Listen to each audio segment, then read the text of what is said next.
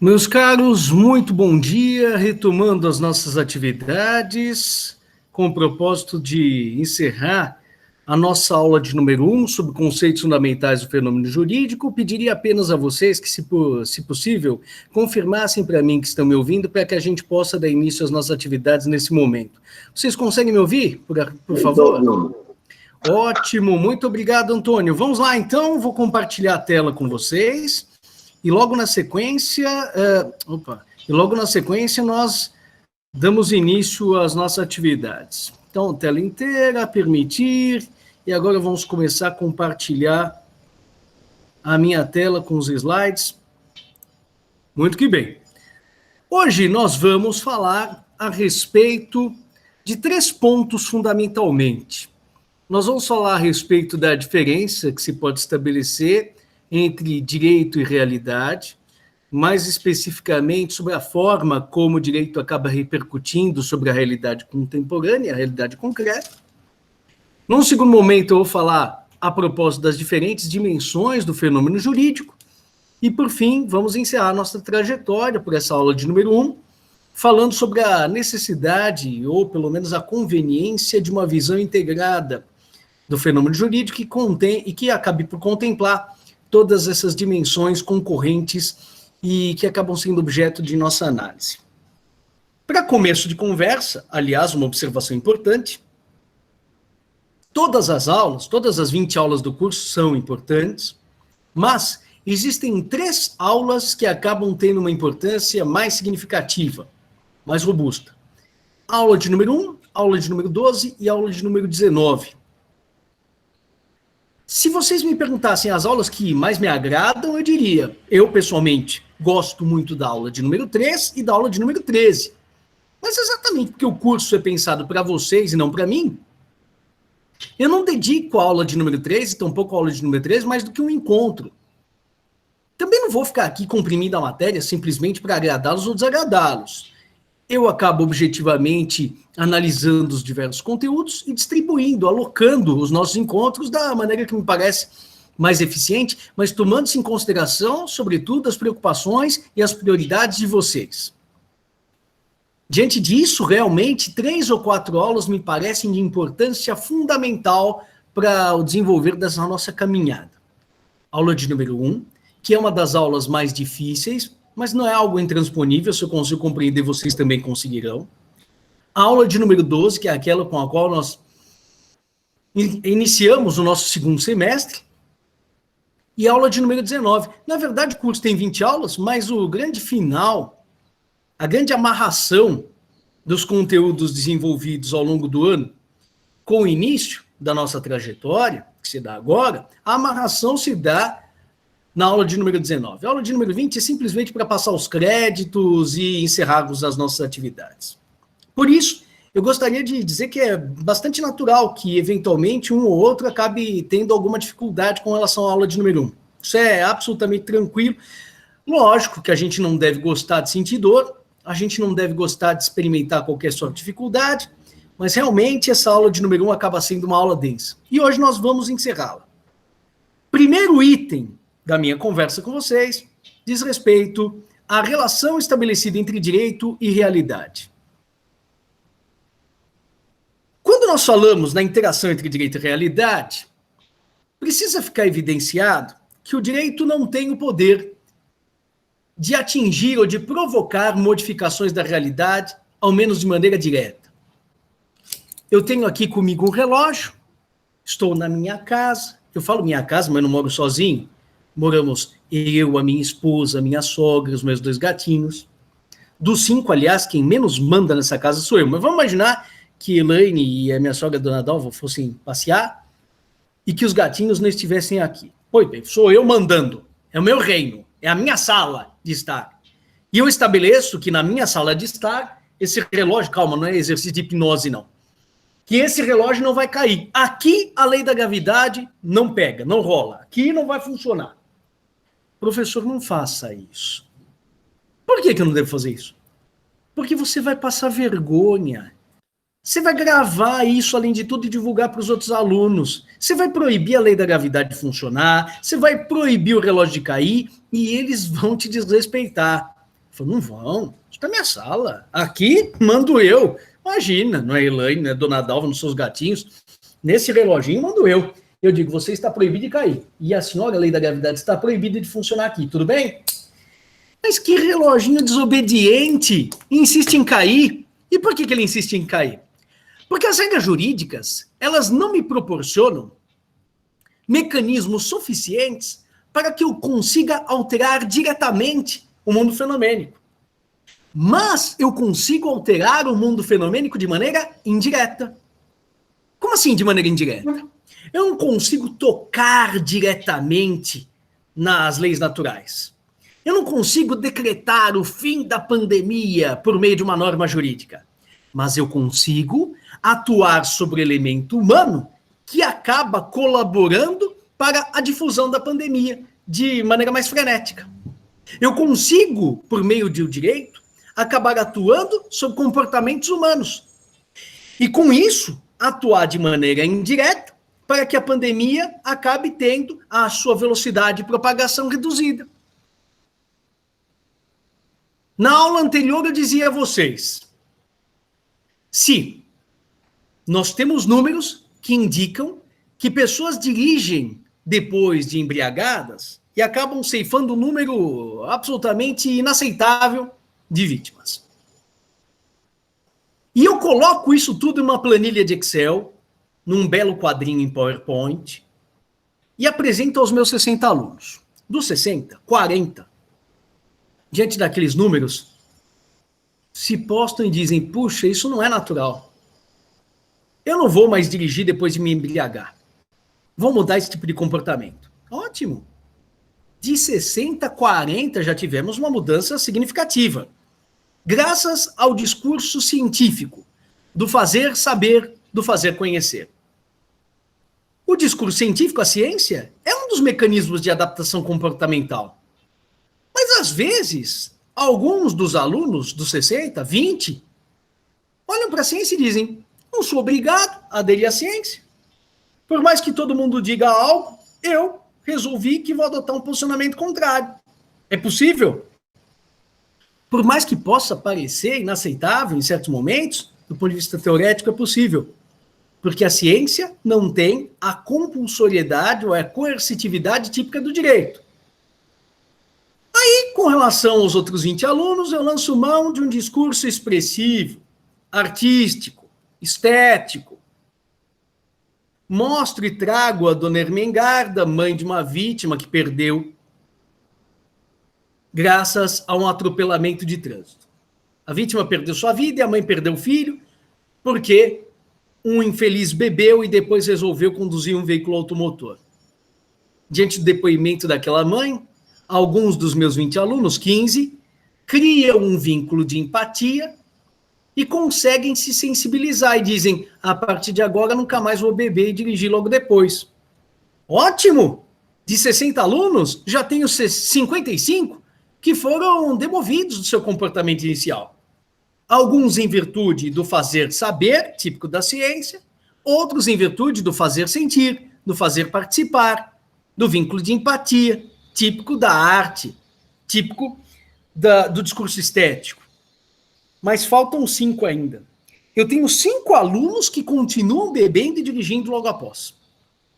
Com relação a eles, não é suficiente o discurso científico e tampouco o discurso estético. Fazer saber, fazer conhecer e fazer sentir ou fazer participar. Para eles, eu preciso construir um discurso mais contundente. Preciso me servir de um mecanismo de adaptação social mais agressivo. E para eles é forjado o discurso jurídico, as proposições prescritivas, o fazer. É interessante, porque no discurso científico eu tento convencer. No discurso estético ou artístico eu tento sensibilizar. No discurso prescritivo eu tento mais e menos. Eu tento mais porque a plenitude da adesão, para que todos observem aquilo que eu quero, mas eu não quero mais controlar o que as pessoas pensam, não quero convencer mais ninguém. Eu simplesmente quero evitar que as pessoas saiam pelo mundo afora, atropelando os outros, depois se embriagarem.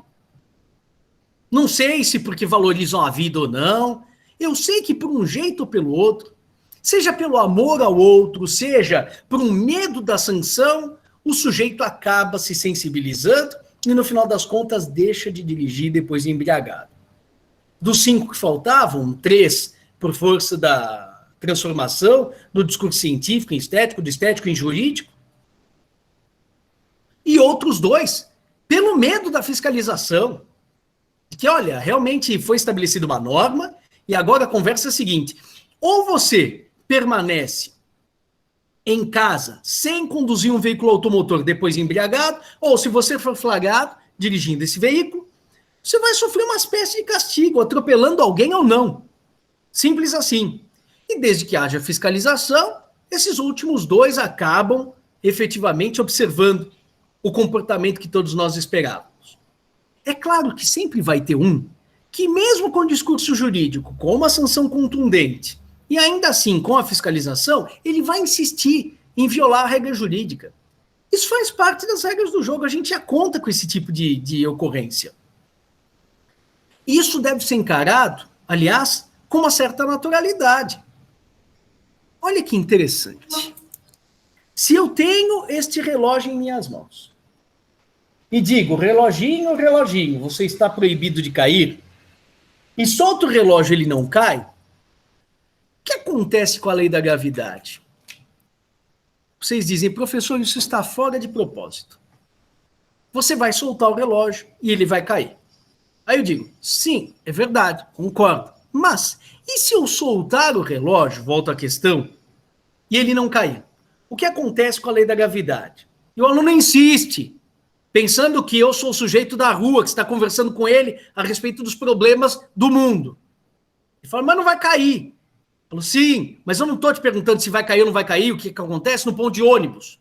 Eu estou perguntando no ambiente da sala de aula. Então, mesmo aquilo que pode parecer impensável dentro da sala de aula, pode ser objeto de especulação. Pois bem, eu pergunto, se eu solto este relógio e ele não cai, o que fazemos com a lei da gravidade? Aí o aluno, constrangido, como que se estivesse fazendo parte de um surto coletivo, olha para um lado, olha para o outro, aí diz, olha, professor, se o senhor soltar esse relógio e ele não cair, a lei da gravidade foi para o beleléu. Exato. As leis naturais não admitem serem contrariadas. Essa é a peculiaridade que diferencia as leis naturais das leis jurídicas, das normas jurídicas. Quando eu nego uma única vez, no ambiente da sala de estar, do apartamento tal do Estevão Repousada, apenas nesse lugar, quando eu nego a lei da gravidade funcionamento, ela é literalmente posta para fora do sistema. Ela é escorraçada do sistema. Ela não admite ser contrariada. O que às vezes a gente pode fazer é transigir para promover alguma espécie de adaptação que evite a solução de continuidade. Por exemplo, se eu soltar este relógio e ele não cair, e eu estiver num ambiente preparado para o Estevão, que vai fazer uma viagem espacial, então ambiente que simula a gravidade zero, pois bem, a gravidade está preservada. Não fosse assim, está fora. Outro dia, eu fui fazer uma experiência. Estava lá eu num apartamento na Baixada Santista, esquentando uma canequinha d'água, pus um termômetro na canequinha d'água e fiquei observando quando a água entraria em ebulição. Quando o termômetro chegou perto dos 100 graus, a água miraculosamente entrou em ebulição. Eu anotei, falei, 100 graus. Aí, eu não estava com a minha esposa lá na Baixada Santista, mas a encontrei em Campos do Jordão. Ela tinha ido passear em Campos do Jordão. E aí eu falei, tem uma experiência para fazer com você. Vou te mostrar que a água entra em ebulição a 100 graus Celsius. Ela falou, duvido. Falei, claro, te prometo. Aí fomos lá para um fogareirozinho, lá na cidade de Campos do Jordão, nas montanhas. Liguei o bendito do fogareiro e a água entrou em ebulição, mas não a 100 graus Celsius. Aí ela começou a rir da minha cara, eu fiquei nervoso, falei, maldita regra. Me tinha ensinado que a água entra em ebulição a 100 graus Celsius, vou colocar para fora do sistema da física, química, essa regra que me ensinaram. Preciso colocar para fora? Não. Porque às vezes existem possibilidades de ajustes ou adaptações que preservam a regra no âmbito das leis naturais. Olha, a água entra em ebulição a 100 graus Celsius sob pressão de uma atmosfera. Se não for uma atmosfera, aí não funciona. Fazer aquelas ressalvas. Isso é perfeitamente possível. Mas se não houver espaço para adaptações ou ressalvas, as leis naturais, uma vez infirmadas, uma vez desrespeitadas pelo mundo fenomênico, elas são escorraçadas do sistema. É isso que eu preciso que vocês guardem. E as regras jurídicas? Eu estou dando aula aqui para vocês durante a plena vigência do artigo 121 do Código Penal, que diz, matar alguém, pena de 6 a 20 anos de reclusão. Eis que entra um sujeito por essa porta e dá um tiro na cabeça do Estevão, Estevão morre. O sujeito praticou exatamente a conduta que o legislador queria evitar. Não, professor, o legislador não queria evitar. Ele simplesmente põe lá, matar alguém, 6 a 20 anos de reclusão. É um imperativo hipotético, não é imperativo categórico. Ok? Professor, em Kant nós temos as diferenças entre imperativos categóricos e imperativos hipotéticos. Lá no Antigo Testamento temos imperativos categóricos, ações boas em si mesmas e ações más em si mesmas. Tá lá, não matarás, a orientação é clara. Como diria o Arnaldo César Coelho, a regra é clara. Agora, o artigo 121 do Código Penal não diz isso, não diz não matarás, diz matar alguém, pena de 6 a 20 anos de reclusão. É um imperativo hipotético. Olha que interessante, eu encontro esse meu aluno se socorrendo em Kant para se portar com relação ao direito como se estivéssemos na gôndola do mercadinho. Como se eu me postasse diante do mercadinho e da gôndola do arroz e visse, o arroz, o quilo tá tanto. Tá caro, não vou comer arroz essa semana não. Ou então, tá caro, mas eu gosto tanto de arroz, pagaria o dobro. Como se eu tivesse a possibilidade de escolher. Meu aluno, às vezes, lida com as regras jurídicas como se estivéssemos na gôndola do mercado, ele diz, matar alguém, pena de 6 a 20 anos de reclusão. Mas eu não suporto esse professor Estevão.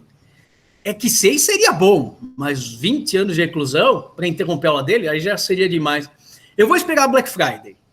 Em novembro, quem sabe esteja de 4 a 12 anos, aí eu mato este filho de uma puta do Estevão. É possível isso, sim ou não? Não! O legislador, ele não lança a mão de imperativo categórico, não matarás. Ele lança a mão de imperativo hipotético, matar alguém, pena de 6 a 20 anos de reclusão, mas com uma mensagem que às vezes não é clara, mas é oblíqua. Olha, a consequência, ser submetido a uma pena de 6 a 20 anos de reclusão, é uma consequência ruim. Então eu, legislador, estou te passando a seguinte mensagem, não tire a vida alheia. Entendi, professor. Mas aí, um sujeito entra por essa porta e dá um tiro na cabeça do professor. Tá aí. O artigo 121 do Código Penal, assim como a lei da gravidade, vão todos para fora do sistema. Diferentemente da lei da gravidade, as normas jurídicas, eventualmente, podem ser desrespeitadas. Eu não estou dizendo que as regras jurídicas são concebidas para que sejam desrespeitadas. Longe disso. O que eu estou dizendo é que, eventualmente, o desrespeito a uma norma jurídica faz parte das regras do jogo. Eu trabalho na Faculdade de Direito de São Bernardo do Campo há mais de 10 anos. Eu leciono há quase 20. Desde os primeiros tempos em que eu lecionava, eu nunca encarei com naturalidade a reprovação de um único aluno. Nunca. Sempre que eu tenho de reprovar o aluno, eu fico pensando em que medida a culpa é dele, em que medida a responsabilidade acaba sendo minha, a culpa é minha. Nos primeiros tempos eu achava que a culpa era toda minha e ficava me penitenciando. Continuava reprovando o aluno, mas me penitenciava. Hoje em dia eu já acabo compartilhando essa responsabilidade com o discente e se houver uma reprovação exagerada de metade da turma, é claro que eu vou ter cada vez mais certeza de que a culpa é minha, de que a responsabilidade é minha. Mas reprovar um ou outro aluno ao longo do ano, infelizmente, é algo inevitável. Porque parece que o sujeito mesmo, né, não quer se ajudar. Eu não desejo reprovar, mas, infelizmente, faz parte do funcionamento das atividades acadêmicas a reprovação eventual de um outro discente. Da mesma forma, a violação episódica a uma norma jurídica não é que ela retira a autoridade da norma como se faz com relação à lei da gravidade. Não. É o contrário. A violação episódica e pontual a uma regra demonstra que ela é necessária. Porque se não houvesse esta regra jurídica para inibir um sem número de comportamentos, aquele comportamento que é desconforme ao desejado pelo legislador seria mais frequente, seria mais recorrente. Em lugar de um homicídio, talvez tivesse 20 ou 30. Vejam o que diz o professor Marcos Bernardes de Mello, nesse trecho que eu acabo transcrevendo no final da nossa transparência. É evidente que as normas jurídicas não são feitas para serem descumpridas, mas é claro também que, sendo uma imposição da comunidade ao homem, é sempre possível e comum, aliás, o seu descumprimento. A conduta individual infringente do direito, no entanto, não retira a legitimidade às suas normas, desde que o grupo social, considerado no seu todo, as aceite e as imponha pelos meios e instrumentos que cria, para assegurar, inclusive pela força, a sua realização, e atendam elas aos pressupostos gerais de legitimidade.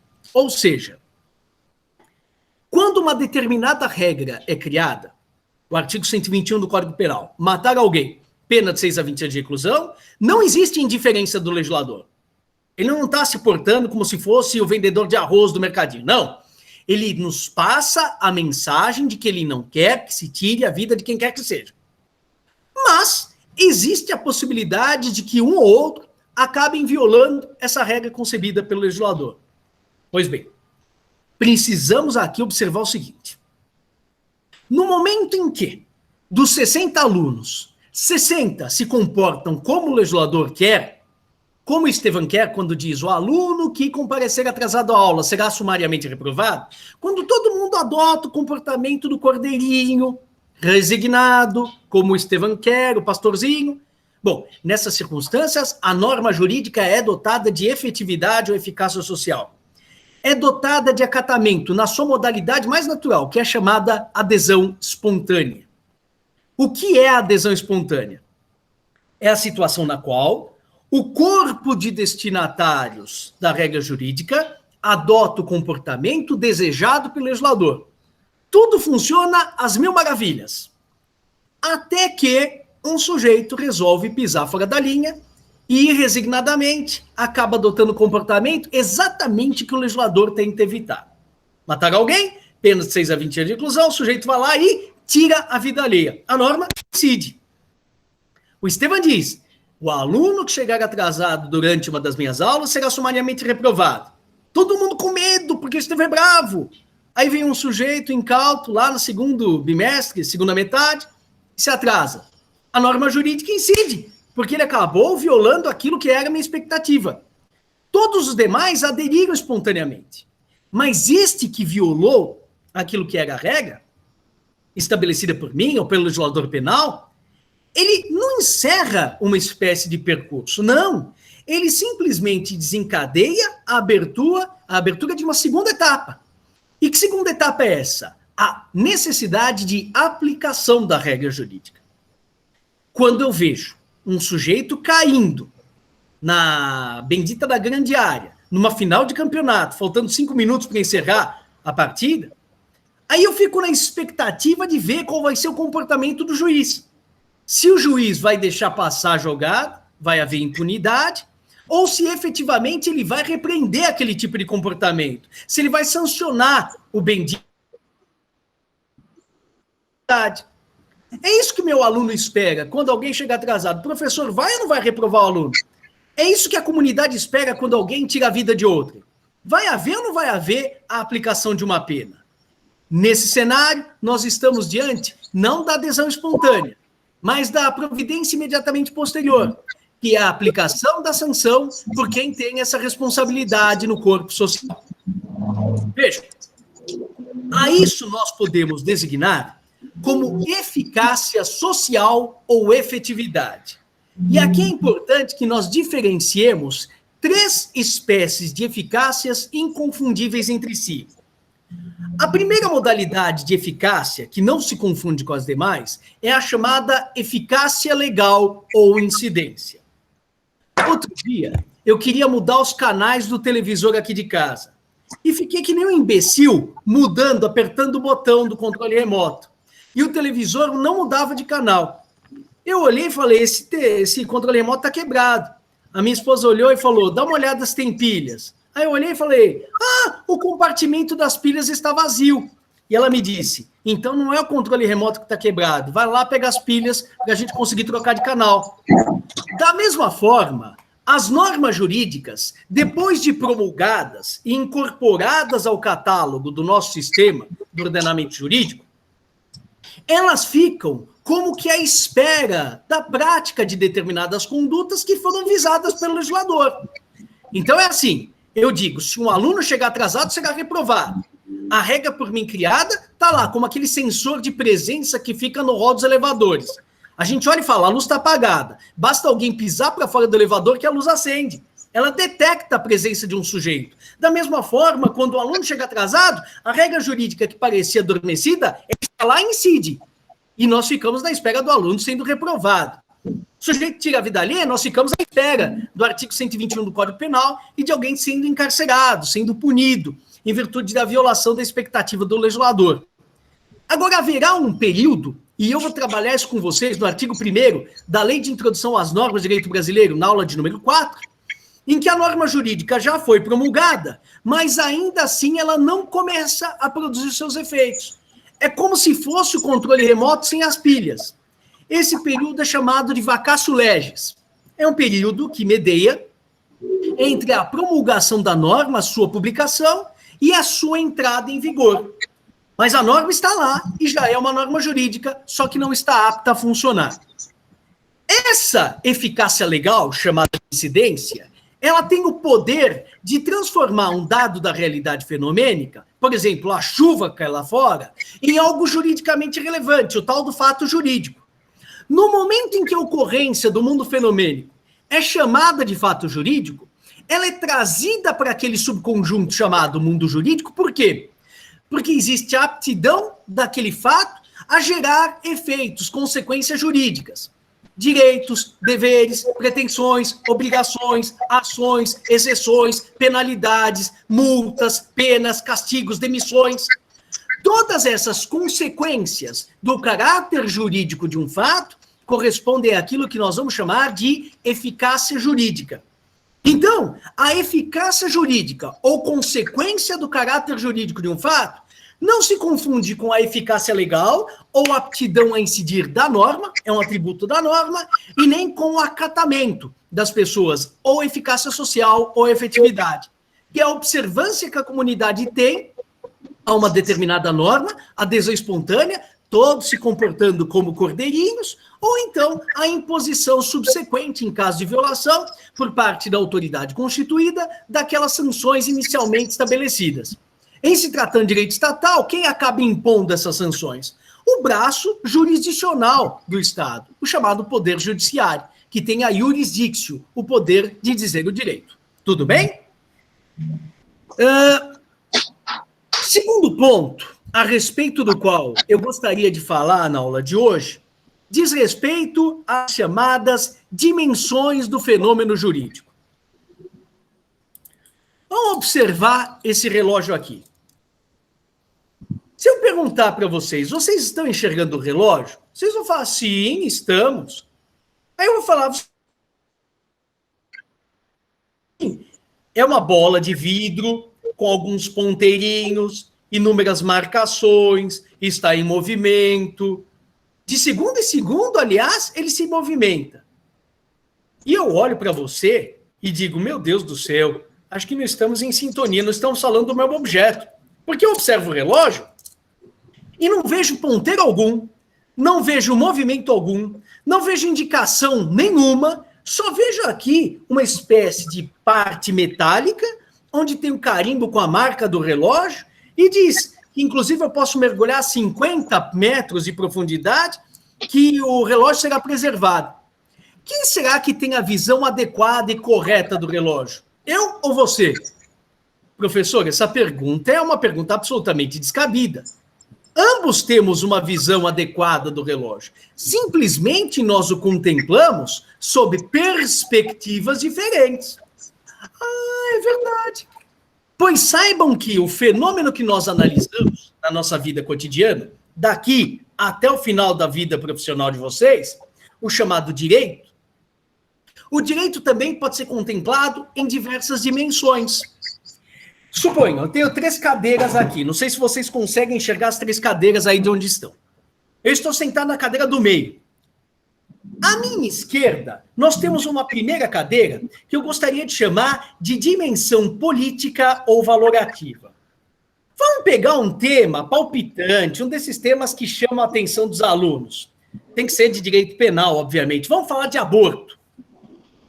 Os senhores são a favor ou contra o aborto? Aí o aluno diz, eu sou a favor do aborto. Porque, sabe, uma gravidez no momento indesejado acaba atrapalhando completamente o planejamento da vida da mãe. Aliás, se esse aborto não for realizado, a criança vai ser mal cuidada, vai ser ruim para ela. Então, nós temos que priorizar aqui a dignidade e o interesse da mãe, deixar no segundo ponto, no segundo plano, a perspectiva do interesse da vida do feto. Outra pessoa vai dizer, olha, havia métodos contraceptivos que poderiam ter sido utilizados, e se não foram, sinto dizer, a mãe perdeu a oportunidade de controlar o seu próprio destino. Eu não posso sacrificar a vida do feto imediatamente após a concepção. Seria maravilhoso levar adiante essa discussão. Interessantíssimo. Seria muito interessante para um professor de direito poder conversar com seus alunos a respeito da conveniência ou da inconveniência da preservação do crime de aborto no catálogo das nossas normas penais incriminadoras do Código Penal de 1940. Não estou dizendo que essa discussão não seja importante, ela é, mas numa disciplina como filosofia do direito ou ética e teorias da justiça. Se eu, por acaso, não sou professor de ética e teorias da justiça ou filosofia do direito, mas se eu sou um professor de direito penal, a abordagem que eu faço do aborto é diferente. Não é melhor e nem pior. Eu, como professor de direito penal, começo a aula assim. Muito bom dia, meu nome é Estevão, sou professor de direito penal e vim dizer que, de acordo com o artigo tal do Código Penal, o aborto é um crime. Esse crime, fato típico, antijurídico e culpável, só será afastado da pecha da ilicitude em 3 situações. Quando houver risco de vida para a mãe, aborto necessário. Quando houver gravidez decorrente de estupro, aborto sentimental, essas 2 hipóteses previstas na legislação, no Código Penal de 1940. E a terceira, a interrupção da gravidez em virtude de anencefalia do feto. Essa hipótese, aliás, é reconhecida pelo STF. Muito obrigado, tenha um bom dia. Vocês vão olhar e falar, mas esse cara que vai falar de aborto no direito penal, ele não pergunta se achamos conveniente ou inconveniente a manutenção desse regime jurídico, dessa espécie de proibição, dessa espécie de crime? Não! O professor da dimensão normativa ou dogmática, ele está preocupado simplesmente com o fato de existir ou não existir uma regra, dessa regra ter sido posta pela autoridade competente, de acordo com o procedimento legislativo adequado, de contrariar ou não contrariar uma norma hierarquicamente superior, e sobre como essa regra funciona no mecanismo, no ordenamento jurídico.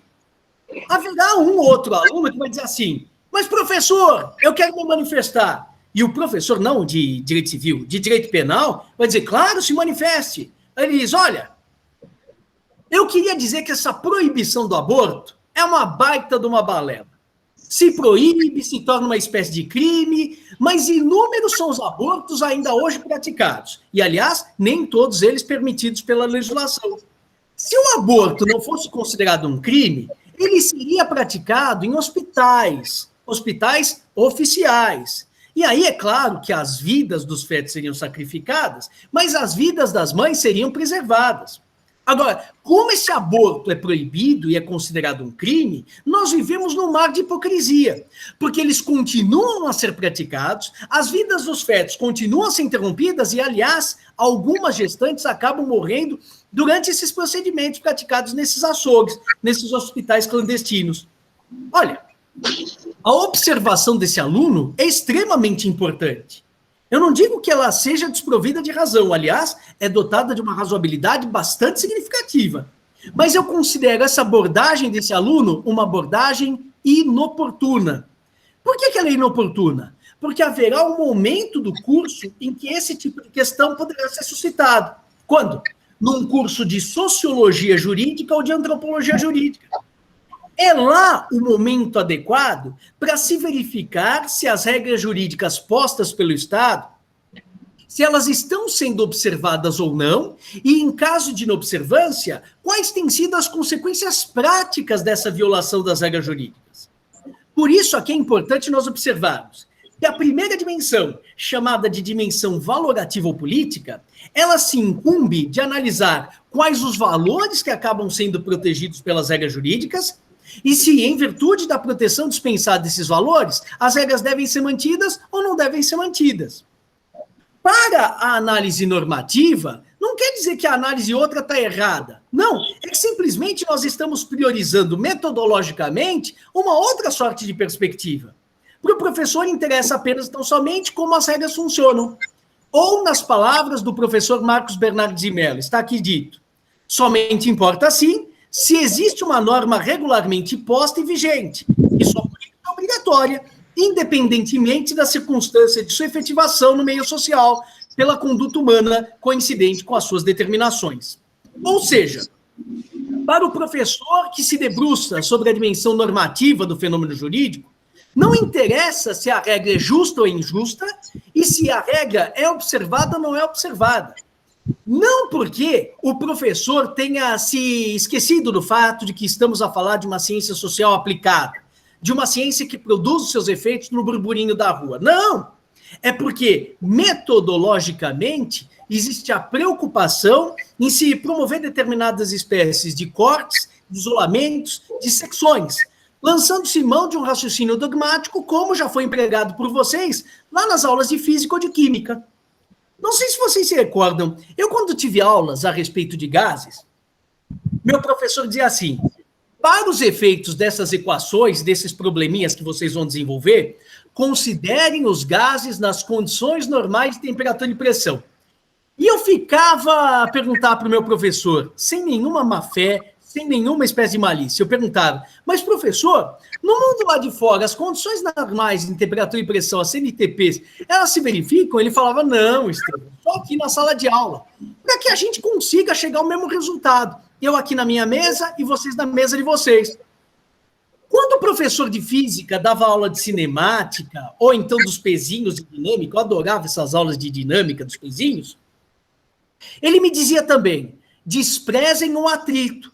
E eu, de maneira ingênua, sem nenhuma má-fé, sem querer prejudicar o professor, perguntava, mas professor, lá na Lucas Nogueira Garcês, aqui perto de casa, existe algum ambiente em que o atrito não exista? Ele fala, não, desprezar o atrito é só alguma coisa que a gente faz dentro do ambiente da sala de aula. Porque senão, o resultado da tua investigação, o resultado do teu problema vai dar diferente do meu. Mas para que a gente chegue ao mesmo número, é necessário que a gente considere como se fosse um ambiente de atrito zero. Aí eu falava, então é de mentirinha. Ele falava, de mentirinha. E aí eu tive aula de geometria, e o professor de geometria dizia assim, eu nunca vou me esquecer, ele encostava levemente o giz no quadro negro, na lousa, que não era quadro negro nada, era quadro verde, e ele dizia, quantos pontos temos aqui? E a classe em uníssono respondeu, 1 ponto. Ele disse, não, nós temos infinitos pontos. E eu fiquei perdido enquanto ele falava nos infinitos pontos. Até que ele fez assim, Estevam, aí eu, pois não, professor, ele, não, temos infinitos pontos, mas para efeitos práticos, nós vamos partir do dogma, do postulado euclidiano de que aqui temos um ponto só. Porque logo, da união entre 2 pontos, nós vamos construir o segundo postulado euclidiano, que é a reta, e daí vamos chegar ao terceiro postulado, que é o plano. E eu percebia que o meu professor, ao obrigar-me a trabalhar nas condições normais de temperatura e pressão, ao desprezar o atrito, ao considerar que nós tínhamos apenas, então, somente um ponto em contato da lousa com o giz, que nós estávamos lançando mão de dogmas, de cortes, que não desmentiam a realidade, mas que simplesmente me permitiam avançar nas minhas investigações, naquilo que eu acabava desenvolvendo, sob pena de não conseguir partir do ponto inicial da minha investigação. É exatamente por isso que a dimensão normativa, ela é um corte metodológico, mas ela não nega a importância das outras dimensões. A dimensão sociológica se preocupa com os resultados práticos, com os resultados empíricos da incidência da norma jurídica sobre o corpo social. Ou, nas palavras do professor Marcos Bernardes de Mello, me acompanhe. Desde quando essa subordinação seja defeituosa, por não coincidirem a aplicação e a incidência, ter-se-á evidente imperfeição na organização jurídica da sociedade, porque este é o elemento que serve para medir o grau de perfeição do grupo social no tocante ao traçamento jurídico. Leia-se. As regras jurídicas são criadas e elas devem ser cumpridas. Quando uma regra é descumprida, quando alguém tira a vida alheia, quando o aluno chega atrasado no momento da minha aula, isso não é o desejado. Não corresponde à adesão espontânea. Mas daí nós esperamos a aplicação de uma sanção. Todas as vezes em que eu vejo um sujeito praticando um homicídio e sendo punido, o sistema está mantido na sua credibilidade, na sua certeza, na sua segurança. Se a incidência acaba sendo acompanhada de aplicação, lógico que nós não queremos que ninguém morra, mas o sistema jurídico está cumprindo a sua função. Quando, todavia, alguém tira a vida alheia e não acaba respondendo pelo crime cometido, quando as pessoas praticam o jogo do bicho, essa contravenção penal, e nenhuma consequência acaba sendo experimentada, existe um hiato, existe um abismo entre incidência e aplicação. E essa espécie de abismo entre incidência e aplicação, que nós, nos slides anteriores, falamos que se pode designar por inefetividade ou ineficácia social, e aí, tão menos dotado de credibilidade e de segurança, acaba sendo o nosso sistema jurídico. Tudo bem? Bom, exatamente por isso que, em jeito de conclusão, eu gostaria de fazer 2 ou 3 esclarecimentos a vocês. O diploma que vocês terão daqui a 4 anos, se tudo correr bem, os senhores conseguirem se formar, vai ser um diploma de bacharéis em Direito. Não de bacharéis em Filosofia Jurídica, nem de bacharéis em Antropologia ou Sociologia Jurídica, e tampouco de bacharéis em Direito Penal ou Direito Civil. Não, bacharéis em Direito. Ciência social aplicada. Ou seja, quem precisa lidar com o nosso objeto de trabalho, o direito da rua, voltado para o mundo, para a adaptação do homem à vida em coletividade, precisa ter uma visão integrada dessas diferentes dimensões. Não basta o sujeito falar, só vou conhecer as normas, ou então só vou me preocupar com os valores que são protegidos por essas normas. Ou então, só vou me preocupar com o direito da rua, se as pessoas estão observando. Se as pessoas não estão observando, eu não vou me preocupar com o direito constante dos livros. Não! Essas espécies de cortes só se justificam dentro do ambiente confortável da sala de aula. Se a gente não tomar cuidado com isso e dedicar nossa análise exclusivamente aos valores, aos fatos ou às normas, nós corremos o risco de redundar num unilateralismo muito perigoso, como esses normativismos, positivismos ou relativismos extremados que acabaram desaguando no nazismo. Quando os carrascos nazistas foram levados ao tribunal de Nuremberg, se lhes indagou, como é que os senhores cometeram essas atrocidades? E eles, confundindo aquilo que é admissível em sala de aula, numa aula de teoria geral do direito, com aquilo que se admite no mundo de lá de fora, no mundo dos nossos tribunais, eles diziam, olha, não queríamos saber qual era o conteúdo das normas. Nós queríamos apenas e tão somente saber se as normas eram ou não eram promulgadas pela autoridade competente, de acordo com o procedimento legislativo adequado, e se contrariavam ou não as normas hierarquicamente superiores. Queríamos saber como essas normas funcionavam. Agora, se o conteúdo mandava que distribuíssemos pão para todos que tinham fome, ou que corrêssemos atrás do genocídio e do holocausto de uma população inteira, isso não nos interessava. É exatamente por isso que eles acabaram sendo condenados. Porque essa visão unilateral de centrarmos-nos apenas tão somente na norma, no seu aspecto formal, desapegando-nos dos valores e dos fatos, isso é admissível dentro do ambiente da sala de aula, mas não no ambiente da vivência e da experiência da rua, que pressupõe que se contemplem os valores, os fatos e as normas. Por isso que eu digo aqui no segundo alvéolo, desse nosso penúltimo slide, que após os excessos do regime nazista, houve uma nova busca e um novo compromisso do direito, na prática, com os seus valores, alguns dos quais paz social, bem comum, justiça, ordem, segurança, certeza, harmonia, são diversos valores. E exatamente por uma outra espécie de visão bastante estereotipada e inaceitável, que acabou demonizando o normativismo, é que nós chegamos à conclusão de que as normas elas acabariam sendo problemas na nossa vida. E, na verdade, as normas, como qualquer instrumento, não são um bem e nem um mal em si mesmas. A mesma faca que eu utilizo para partir o pão é a faca que eu utilizo para matar uma pessoa. Na verdade, o problema não está no instrumento, mas sim no utente. O instrumento, aliás, a faca, é um instrumento técnico que nos proporcionou avanços absolutamente únicos. O fogo, a roda e a norma jurídica positivada em texto escrito, claro, certo e palpável, captável pelo destinatário do comando. Porque até então, eu não sei se vocês tiveram aula desse brocardo com o professor de direito romano, o professor Elcio Madeira, o professor Helmut Steinwacher. Eu não sei se eles usaram essa expressão latina com vocês. Quod principis placuit, legem habet vigorem. O que significa essa expressão? Quod principis placuit, legem habet vigorem. Aquilo que agrada ao príncipe tem força de lei, simplesmente pelo fato de agradar ao príncipe. Ou seja, se o príncipe diz que é bom ir para a praia, segundas, terças e quartas, e ele é bipolar, na quinta e na sexta-feira diz que é bom ir para o campo, eu fico numa situação bastante complicada, porque não sei como agradar esse sujeito, que cada dia quer uma coisa diferente. Se ele dissesse de maneira clara, de maneira inequívoca, de maneira expressa e de maneira que não me gerasse confusão, qual é o sentido do meu comportamento explorado, seria tão mais fácil sobreviver. Diz isso exatamente o professor Marcos Bernardo de Mello, como sendo um dos méritos da Revolução Francesa e do positivismo jurídico por ela inaugurado.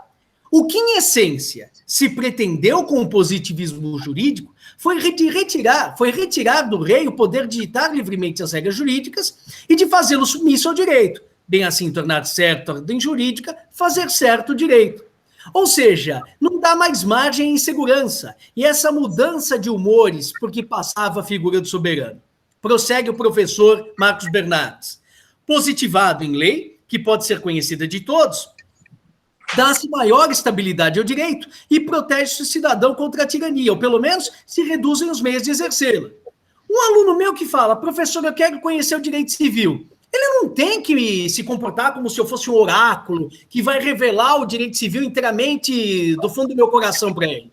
Não, basta que ele corra ao Código Civil, Lei 10.406 de 2002, em uma versão que está no site do Senado, da Câmara, do Planalto, sabe-se lá de onde, e ele vai conseguir conhecer com um relativo grau de certeza e de clareza e de determinação aquilo que é o direito civil que prevalece entre nós.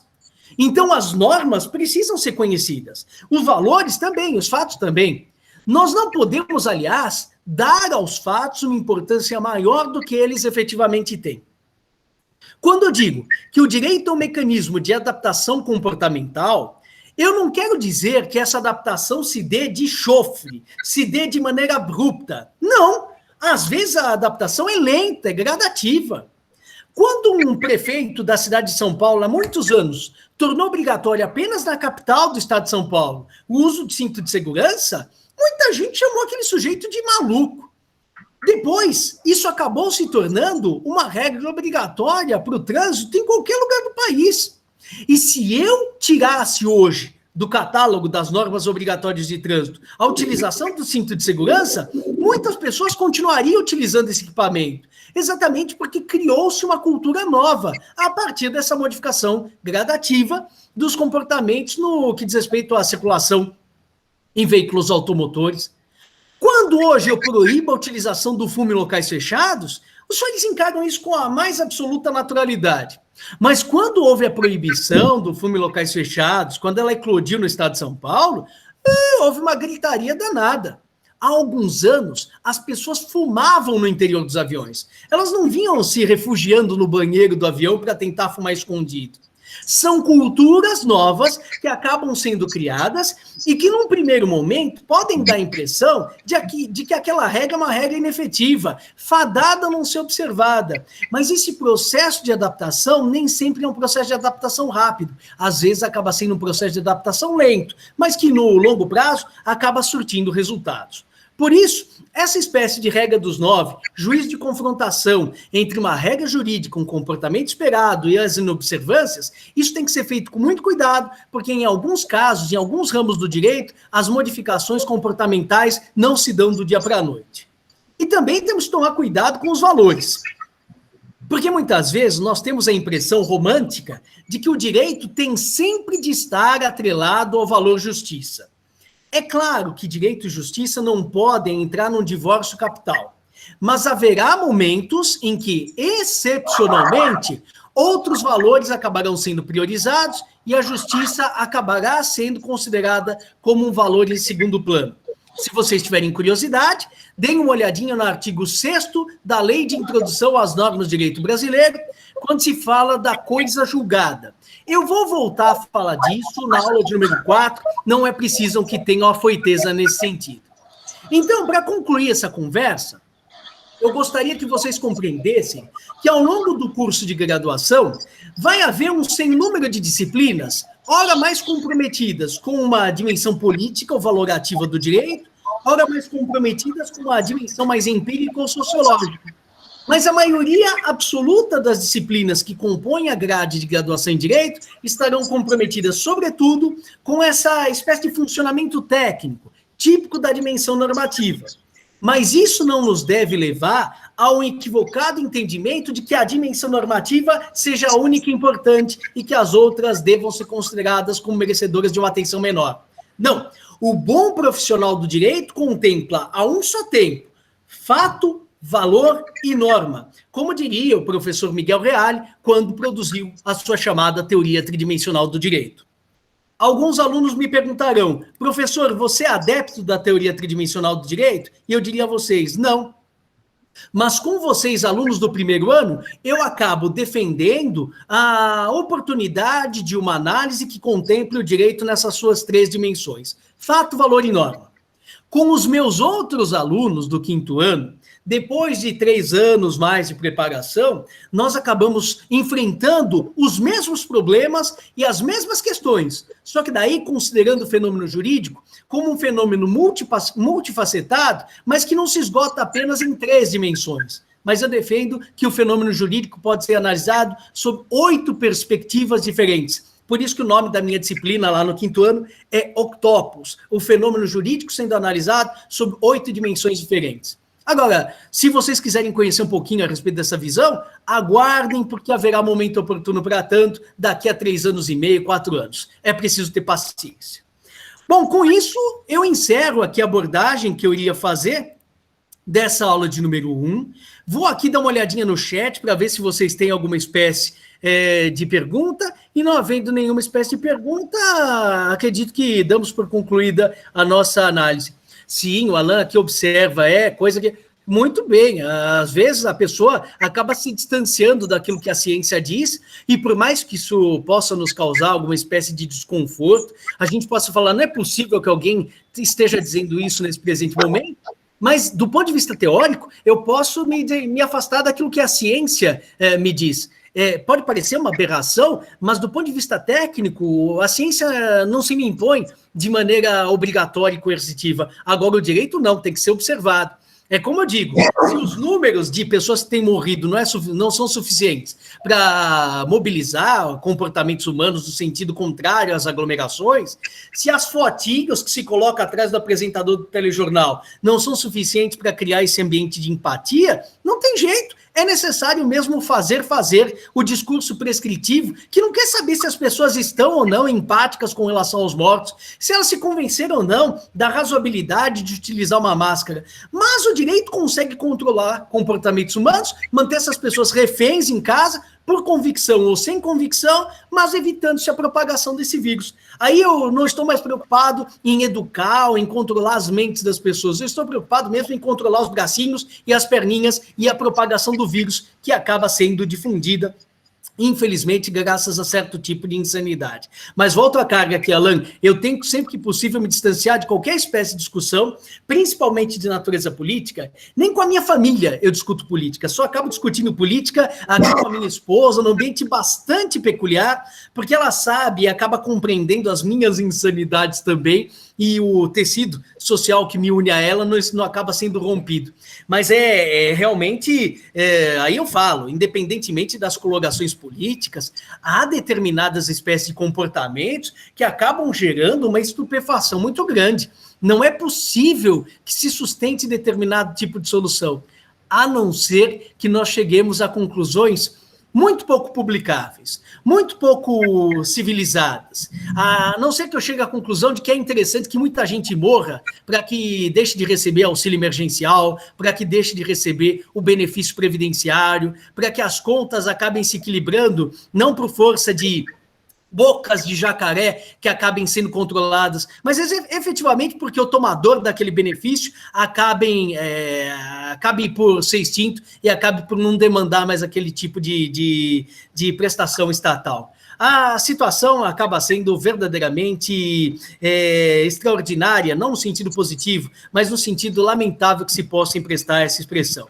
Não, Alan, imagina, não tem que agradecer, não, é minha função. É que a gente está sempre pisando em ovos. Às vezes vocês falam, professor, gostaria que vocês pronunciassem politicamente a respeito de determinado assunto. E eu tento evitar, sabe por quê? Aqui é muito importante que eu seja muito cuidadoso no que vou falar.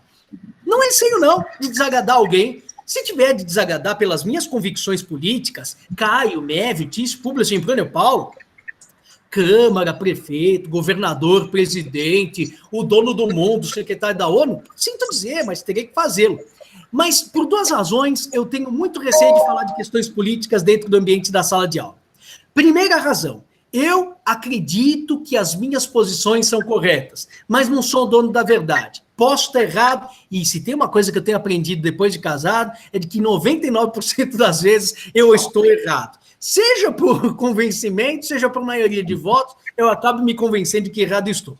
E em segundo lugar, porque muito me preocupa, e isso realmente é uma realidade, a meu ver, mas muito me preocupa a questão do assédio no ambiente acadêmico. Vocês vão falar, sim, o assédio sexual. Também, assédio sexual é uma coisa que existe, é uma realidade do mundo acadêmico, sem dúvida, mas não é desse assédio que eu estou falando.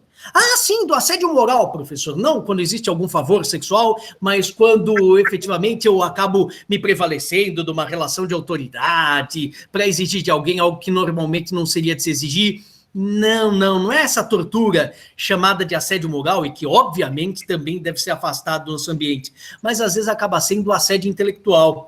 Então, muitas vezes, os alunos, de maneira absolutamente desnuda, no sentido técnico da expressão, olham para mim e dizem, professor, por qual manual eu devo ler?